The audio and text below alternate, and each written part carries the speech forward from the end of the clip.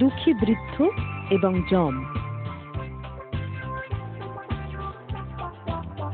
তারাপদ নামে এক কাঠুরিয়া অতি বৃদ্ধ হওয়ায় আর আগের মতো পরিশ্রম করতে পারে না, তাই তার দুঃখের শেষ নেই। বাবা গো, আর পারি না,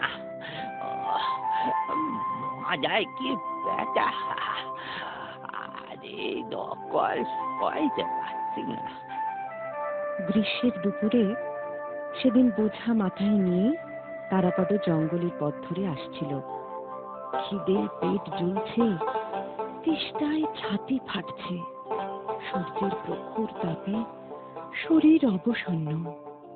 দিনের পর দিন এই কষ্ট আর সহ্য করতে না পেরে সে মাথার বোঝা মাটিতে ফেলে দিয়ে একটা গাছের ছায়ায় বসে মনের দুঃখে আপন মনে বলতে লাগলো,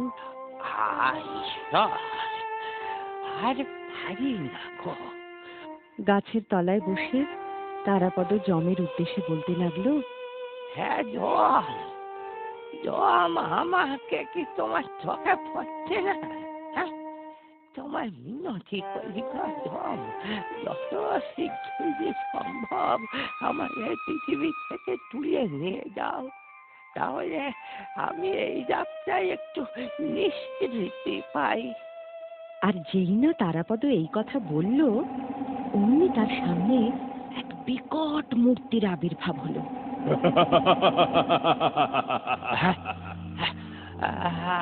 আপনি কে প্রভু? আমি যম। তুমি আমায় ডেকেছিলে, তাই আমি এসেছি। এখন ডেকেছ কেন বলো? তারাপদ তখন প্রাণের ভয়তে কাঁপতে কাঁপতে বলল, আমার ডাকে যদি তাহলে তাহলে আমার মাথায় একটু তুলে দিন, তাহলে উপকার হয়। আর যম কাঠের বোঝা তারাপদর মাথায় উঠিয়ে দিয়ে মনে মনে হাসতে হাসতে চলে গেল।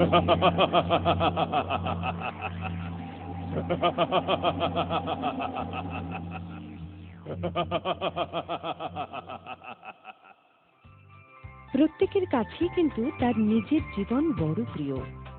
জীবনের জ্বালা সহ্য করতে না পেরে অনেকেই মৃত্যু কামনা করে বটে, কিন্তু সেটা তাদের মনের কথা নয়, শুধু মুখের কথা।